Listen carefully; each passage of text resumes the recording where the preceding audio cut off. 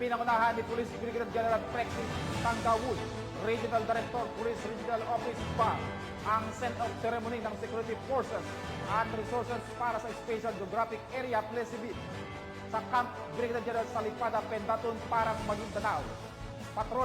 Patrolman Jan Maborang sa balita. Ceremony ng Security Forces and Resources para sa SGA plebiscite isinagawa ng Camp Brigadier General Salipada kay Pendaton, Parang, Maguindanao del Norte nito lamang ika-11 ng Abril taong kasalukuyan.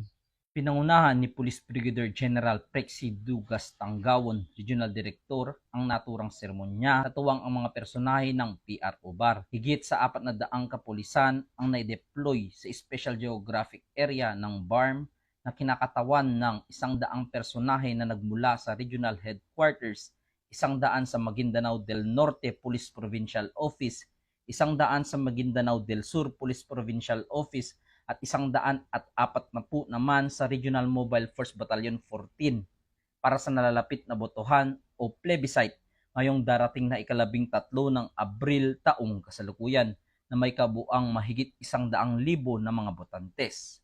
Layunin ng botohang ito ay para mapagtibay ang paglikha ng 8 munisipyo o munisipalidad mula sa 63 barangay ng North Cotabato na tinatawag ngayong Special Geographic Area ng BARM.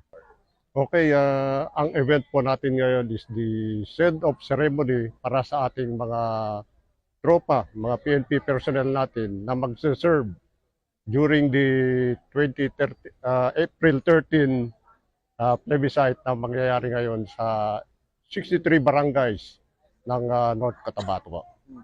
Yes po, itong 440 personnel natin from ProBAR will fully support ang Pro-12 kasi Pro-12 is actually in charge of the peace and security sa pagkandak ng ating plebiscite, and ProBAR ay nandito po kami para suportahan ang ihikasa ng Pro-12 na security preparation.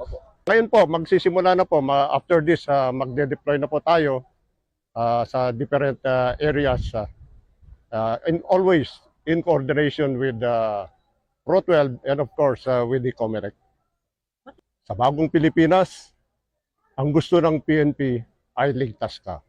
So doon po tayo magmula na with this statement, ang ProBAR dapat panatilihin din na ang ating mga constituent dito sa ProBAR ay ligtas. Paano natin gawin po yun? I-maximize po natin yung police visibility. Well secured po with the Pro-12 and ProBAR, masiguro po natin na mapayapa na may taguyod po itong plebiscite. Mula po rito sa Police Regional Office, Bangsamoro Autonomous Region, nagbabalita ang inyong PNN correspondent, Patrolman Maborang. Alagad ng batas, tagataguyod ng Balitang Pulis. Maraming salamat, Patrolman Maborang.